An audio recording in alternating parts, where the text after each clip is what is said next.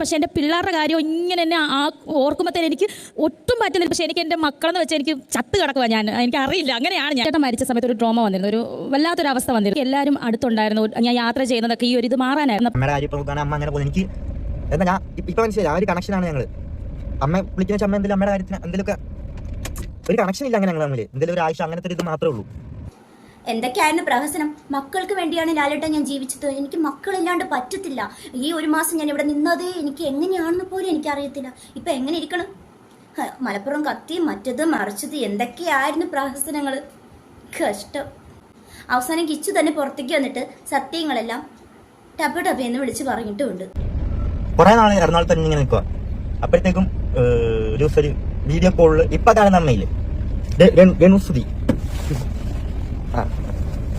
രേണുസുതി ആദ്യം അമ്മേനെ വീഡിയോ കോളിൽ കാണുന്ന ആ ടൈമിൽ ഭയങ്കരമായിട്ട് കമ്പനിയായി അമ്മയായിട്ട്.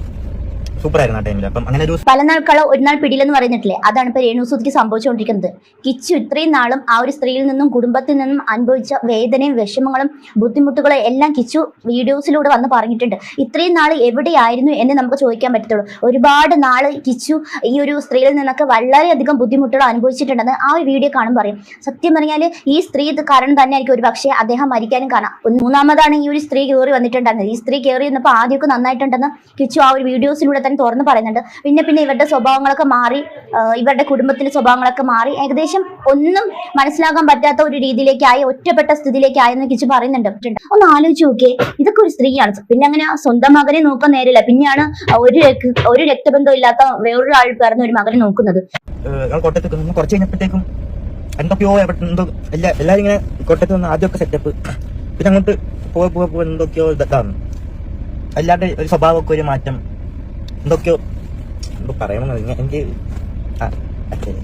ബാക്കി പറയാം. ആയിരിക്കും. അപ്പോൾ പിന്നെ കൊറോണ വന്നിട്ട് ഋതപ്പനുണ്ട് കേട്ടോ ടൈമിലൊക്കെ.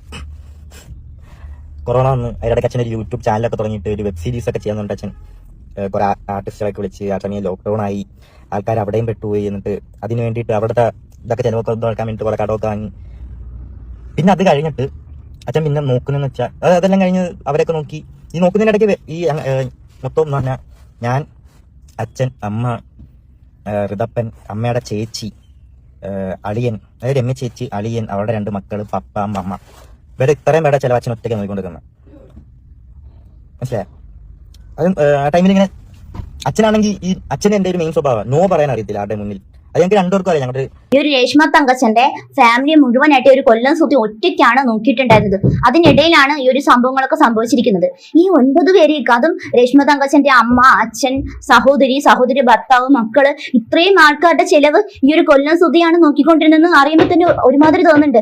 എന്താ ഇത് ഇപ്പോഴും ആ ഒരു വീട്ടിനകത്ത് അടങ്ങലി പിടിച്ച് കിടക്കും പോലെയാണ് കയറി കിടക്കുന്നത്, ഒരു നാണോ മാനോ ഇല്ലാണ്ട്. ഒന്ന് ആലോചിച്ച് നോക്കിയേ, ആ ഒരു പയ്യൻ അനുഭവിച്ച വേദന, വിഷമം, സന്തോഷത്തോടെ കഴിയേണ്ട സാഹചര്യങ്ങളെല്ലാം ദുഃഖങ്ങൾ മാത്രം കിട്ടിയിട്ടുണ്ടായിരുന്ന ഈ ഒരു കിച്ചുവിന്റെ അവസ്ഥ ഈ മൂട് താങ്ങികൾ കുറേ ഉണ്ട്. ഇതൊക്കെ കേട്ട് മനസ്സിലാക്കുക.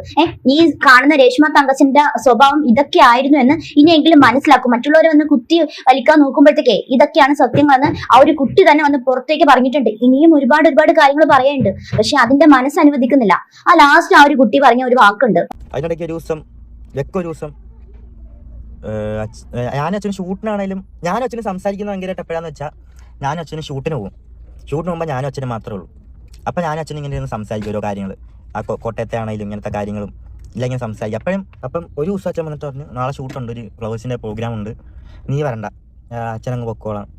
അമ്മയ്ക്ക് അതും ഇതൊക്കെ ഓരോ പ്രശ്നങ്ങളായിരുന്നു. എന്നെ കൊണ്ടുപോകുന്നത് ഷൂട്ടിന്, ഞങ്ങൾ 2 പേരും പോകുന്നത്, അതൊന്നും അമ്മയ്ക്ക് അങ്ങനെ ഒരു താല്പര്യമില്ലാത്ത സംഭവമൊക്കെ ആയിരുന്നു. അതിൻ്റെ ഇടയിൽ അടിക്കണ്ടായിട്ടുണ്ട്.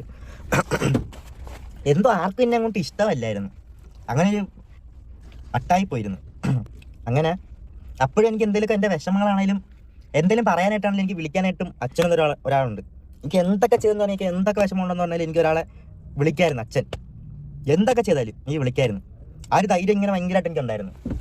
ഒരു ദിവസം ഷൂട്ടിന് പോകണ്ടെന്ന് പറഞ്ഞിട്ട് പിറ്റേ ദിവസം എന്നാൽ രാത്രി വെച്ചിട്ട് എൻ്റെ അടുത്ത് പറഞ്ഞിട്ട് രാവിലെ ഒരു 4 മണിക്ക് ആകുമ്പോൾ വരും, നീ എന്നെ ഒന്ന് ചങ്ങനാശ്ശേരി ഒന്ന് വിളിക്കാൻ പറഞ്ഞു. ഓക്കെ, അങ്ങനെ 4 മണിയായപ്പം വിളിച്ച് ഫോൺ എടുത്തില്ല. എന്നിട്ട് ഞാൻ കിടന്നുറങ്ങി. ഞാൻ വിചാരിച്ച് അച്ഛനെപ്പോഴും ഈ ഷൂട്ടിനൊക്കെ പോയിട്ടുണ്ട്, ഈ ഉറങ്ങിപ്പോകുന്ന സ്വഭാവമുണ്ട്. അപ്പം ഞാൻ ഫോൺ എടുക്കത്തില്ല എന്നുള്ളൊരു ഇതായി. ഞാൻ കിടന്നുറങ്ങാം, രാവിലെ എന്തായാലും വരും. അപ്പം കിടന്നുറങ്ങി. ഒക്കെ എന്നെ അമ്മ ഒന്ന് ഇങ്ങനെ തട്ടി എണീപ്പിച്ചിട്ട് ഞാരാ നീ അച്ഛൻ എന്തോ പറ്റിയെന്ന് തോന്നുന്നു, ഒന്ന് വിളിച്ചു നോക്കാം. ഞാനിപ്പം എനിക്ക് നേരെ അച്ഛൻ്റെ ഫോണിലോട്ടൊക്കെ വിളിക്കുന്നു. ഫോണിലോട്ട് വിളിച്ചിട്ട് എടുക്കുന്നൊന്നുമില്ല, ഫോൺ സ്വിച്ച് ഓഫ് ഒക്കെ പറയുന്നു.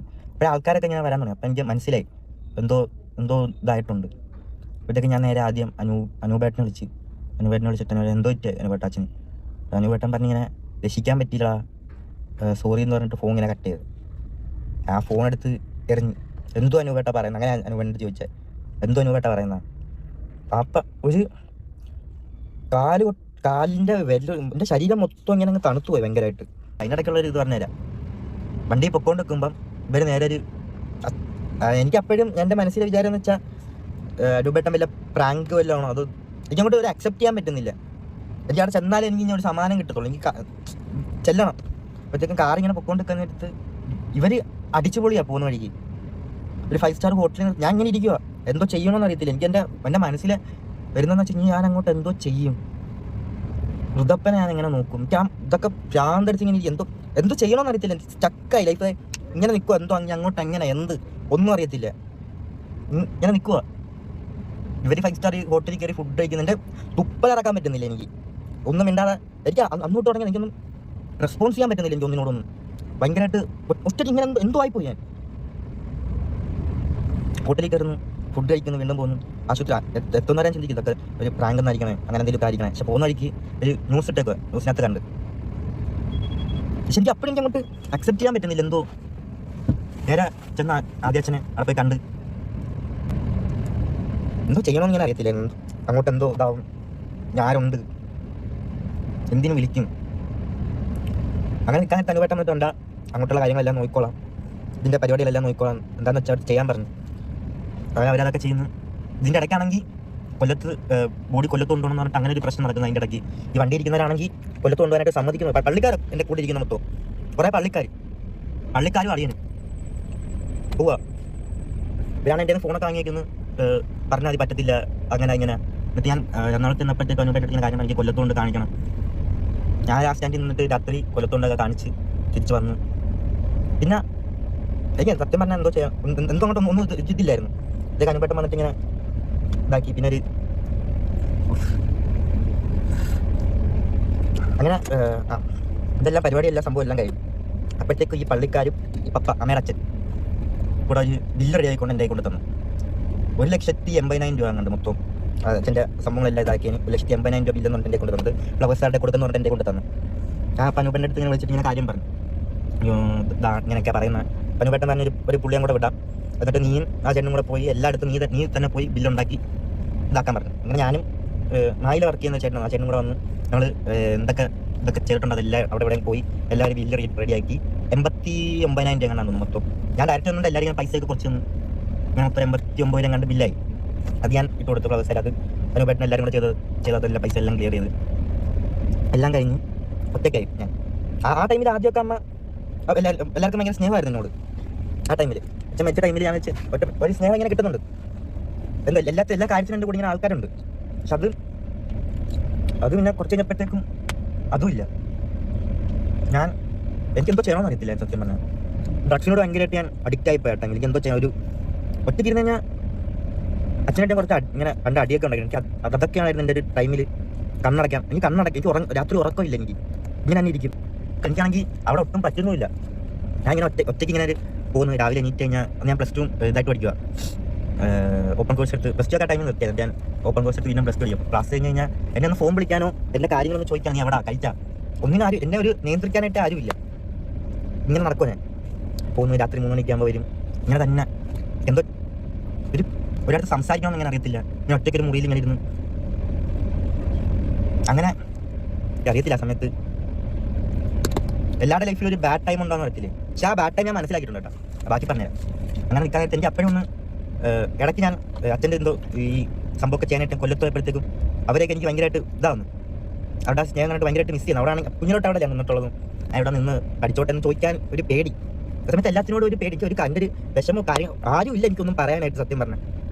ഞാൻ ആ സമയത്തൊരു പ്രശ്നം ഇതൊക്കെ എനിക്കൊന്ന് ഒറ്റയ്ക്ക് ഇരുന്ന് ആ സമയത്ത് ഇതൊക്കെ കിട്ടുമെന്ന് പറഞ്ഞാൽ ഇങ്ങനത്തെ ഒരു കാര്യങ്ങളൊക്കെ അറിയാനും നല്ല സ്വഭാവം അല്ലാതെ. ഈ റബ്ബറിൻ്റെ ഒരു ജോലിക്ക് അങ്ങനെ പോയാലും ഒരു കൂട്ടാൻ്റെ വഴിയിൽ ഇങ്ങനെ അവിടെ വെച്ചിട്ട് വലിയമ്മ രാത്രി ഇങ്ങനെ വീട് കൂടെ അങ്ങനെ ജോലി ചെയ്യുന്നുണ്ട്. അങ്ങനെ വല്യമ്മ അതൊക്കെ കണ്ടിട്ട് കരച്ചിലൊക്കെ ആയി. അങ്ങനെ വല്യമ്മ എൻ്റെ അടുത്ത് പറഞ്ഞു എനിക്ക് കൊല്ലത്ത് വന്നു അവിടെ നിന്ന് ഇതാക്ക്, അങ്ങനത്തെ ഒരു ഇതായി. ഞാൻ കൊല്ലത്ത് വന്നു. ഞാൻ അവിടെ ഞാൻ പറഞ്ഞു എനിക്ക് കൊല്ലത്ത് നിന്ന് പഠിക്കാന്ന് പറഞ്ഞിട്ട് അവരൊന്നും ഒന്നും പറഞ്ഞൊന്നുമില്ല എൻ്റെ അടുത്ത്. സംസാരിക്കാറില്ല അങ്ങോട്ടും ഇങ്ങോട്ടും. ഞാൻ എൻ്റെ രീതിയിൽ നടക്കുന്നു. എന്താവും അങ്ങോട്ട്, എന്തൊക്കെയാണ് അങ്ങോട്ട് ഒന്നും അറിയില്ല. ഇതൊക്കെ എന്താ ഒരു ചോദ്യം എന്തായാലും വരും. ഇതൊക്കെ എനിക്ക് എപ്പോഴാണോ പറയാൻ ബ്രോ ഞാൻ എന്താ പറയാം, എനിക്ക് സംസാരിക്കാൻ ഒരു റൂമിൽ മാത്രം ഇങ്ങനെ എനിക്കൊരു അറിയത്തില്ല, അങ്ങനെയൊക്കെ ആയിപ്പോയി. പിന്നെ അമ്മയുടെ കാര്യം ഇപ്പോൾ നോക്കുകയാണെങ്കിൽ അമ്മ അങ്ങനെ പോകുന്നത് എനിക്ക് എന്താ ഞാൻ ഇപ്പം മനസ്സിലായി. ആ ഒരു കണക്ഷനാണ് ഞങ്ങൾ. അമ്മ വിളിക്കുന്ന വെച്ചാൽ അമ്മ എന്തെങ്കിലും അമ്മയുടെ കാര്യത്തിന് എന്തെങ്കിലുമൊക്കെ ഒരു കണക്ഷൻ ഇല്ല അങ്ങനെ ഞങ്ങൾ തമ്മിൽ. എന്തെങ്കിലും ഒരു ആവശ്യം അങ്ങനത്തെ ഒരു ഇത് മാത്രമേ ഉള്ളൂ. ഇത്രയൊക്കെ ആയില്ല, ഇത്രയൊക്കെ അനുഭവിച്ചില്ല, ഇത്രയൊക്കെ കാര്യങ്ങൾ പഠിച്ചില്ല. ഇനി കൊണ്ട് പറ്റും ഞാൻ ഒറ്റയ്ക്ക്. അപ്പം ഈ വീഡിയോ കണ്ടിട്ട് എന്താണെന്ന് വെച്ചാൽ നിങ്ങൾ തന്നെ ഇതാക്കുക. എനിക്ക് തോന്നുന്നുണ്ട് ഞാൻ മൊത്തം പറഞ്ഞിട്ടില്ല, ഒരു 20% എന്നെ കൊണ്ട് പറയാൻ പറ്റിയിട്ടുള്ളൂ. ഒന്ന് മനസ്സിലാക്കി എടുക്കട്ടെ, എന്നെ കൊണ്ട് പറ്റാ. എപ്പോഴെങ്കിലും ഇങ്ങനത്തെ കാര്യങ്ങൾ തുറന്നു പറഞ്ഞാൽ നന്നായി. ഇതിന് മുന്നേ പറയേണ്ട കാര്യങ്ങളായിരുന്നു. കാരണം അത്രത്തോളം ആ ഒരു കുടുംബത്തെ ദ്രോഹിച്ചിട്ടാണ് ഈ രേണുസുതി എന്ന് പറയുന്ന വ്യക്തി ഇങ്ങനെ ഇരിക്കുന്നതെന്ന് ഇനിയെങ്കിലും ആൾക്കാർ മനസ്സിലാക്കട്ടെ, ജനങ്ങൾ മനസ്സിലാക്കട്ടെ. ഈ ഒരു സ്ത്രീയുടെ കള്ളത്തരങ്ങളും കപടം നാട്യങ്ങളും ഒക്കെ മനസ്സിലാക്കട്ടെ. ലാസ്റ്റ് പറഞ്ഞൊരു കാര്യമുണ്ട്, വളരെ ശരിയായിട്ടുള്ള ഒരു കാര്യമാണ്. ഈ സ്ത്രീ കാണിക്കുന്ന കോപ്രായത്തിനും കാരണം തന്റെ കൂട്ടുകാരുടെ അമ്മമാരുടെ മുഖത്തേക്ക് നോക്കാൻ പോലും നാണക്കേട് തോന്നുന്നുണ്ട്. എന്തല്ലേ ഈ ഒരു അവസ്ഥ? ഈ ഒരു സ്ത്രീ കാരണം അമ്മ എന്ന് പേരും വെച്ചിട്ട് കാണിക്കുന്ന കോപ്രായത്തിനങ്ങൾ. രക്തബന്ധം ആണെങ്കിലേ അതിന്റെ വിഷമം അറിയത്തുള്ളൂ. രക്തബന്ധം അല്ലാത്തവർക്ക് എന്ത് വിഷമം, എന്ത് നാണക്കേട്, ആരെ കുറിച്ച് ആലോചിക്കണം? ഒന്നും ആലോചിക്കേണ്ട കാര്യമില്ല. ഇതാണ് ഇപ്പൊ കിച്ചുവിന്റെ ജീവിതത്തിൽ സംഭവിച്ചുകൊണ്ടിരിക്കുന്നത്. ഇനിയും കിച്ചുവിന് ഒരുപാട് കാര്യങ്ങൾ പറയാനുണ്ട്. പക്ഷേ എന്തോ ആള് വന്ന് വിട്ടു പറയുന്നില്ല. ഇത്രയും എന്തോ മാനസികമായിട്ടുള്ള ഭയങ്കരമായിട്ടുള്ള വിഷമം കണ്ടിട്ടാണ് ഇത്രയും വിളിച്ചു പറഞ്ഞെന്ന് എനിക്ക് തോന്നുന്നു. അത്രയും വിഷമം അനുഭവിക്കുന്നുണ്ടെന്ന് കൃത്യമായിട്ട് മനസ്സിലാക്കാം. ഫ്രോഡ് ഫാമിലിയായ രശ്മ തങ്കച്ചന്റെ കുടുംബം എങ്ങനെയാണ് ആ ഒരു കിച്ചുവിനെ നോക്കിയിരുന്നെന്ന് കിച്ചു കൃത്യമായിട്ട് ആ ഒരു വീഡിയോസിലൂടെ പറയുന്നുണ്ട്. ബിഗ് ബോസിൽ വെച്ച് പറഞ്ഞിട്ടുണ്ടായിരുന്നു, എൻ്റെ 2 മക്കൾക്ക് വേണ്ടിയിട്ടാണ് ഞാൻ ജീവിക്കുന്നത് എന്ന് പറഞ്ഞിട്ട് അവിടെ നിന്ന് ഓടി ലാലേട്ടൻ്റെ ഫ്രണ്ടിൽ നിന്ന് കരഞ്ഞു വിളിച്ചിട്ടാണ് ഓടി വന്നത്. ഇപ്പം എങ്ങനെ ഇരിക്കുന്നു? ഇതാണ് ഇവരുടെ യഥാർത്ഥ ഫ്രോഡ് സ്വഭാവം. അവരുടെ സ്വഭാവം കിച്ചു തന്നെ പുറത്തേക്ക് കൊണ്ടുവന്നിട്ടുണ്ട്. ഒരു കുട്ടി അനുഭവിച്ചിരുന്ന വേദന എത്രത്തോളം ഉണ്ടെന്ന് സത്യം ഇന്നലെ ആ ഒരു വീഡിയോ കണ്ടപ്പോഴത്തേക്കാണ് മനസ്സിലായിട്ടത്.